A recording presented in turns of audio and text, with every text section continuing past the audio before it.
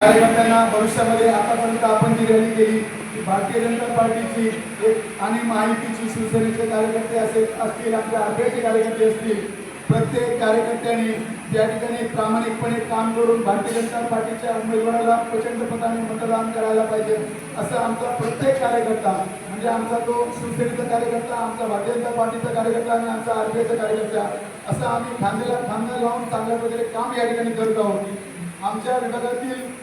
भविष्यामध्ये आम्ही जे काही नियोजन नागरिकांना आम्हाला भविष्यामध्ये सुखसुविधा ज्या द्यायच्या आहेत त्याच्यावरती आम्ही आता या ठिकाणी काही चर्चा करत होतो. आम्हाला आमच्या विभागामध्ये मिरवाई आमचा जो भांडूप विधानसभा आहे, या भांडूप विधानसभामध्ये अशी परिस्थिती आहे की प्रभाग क्रमांक 116 जर सोडला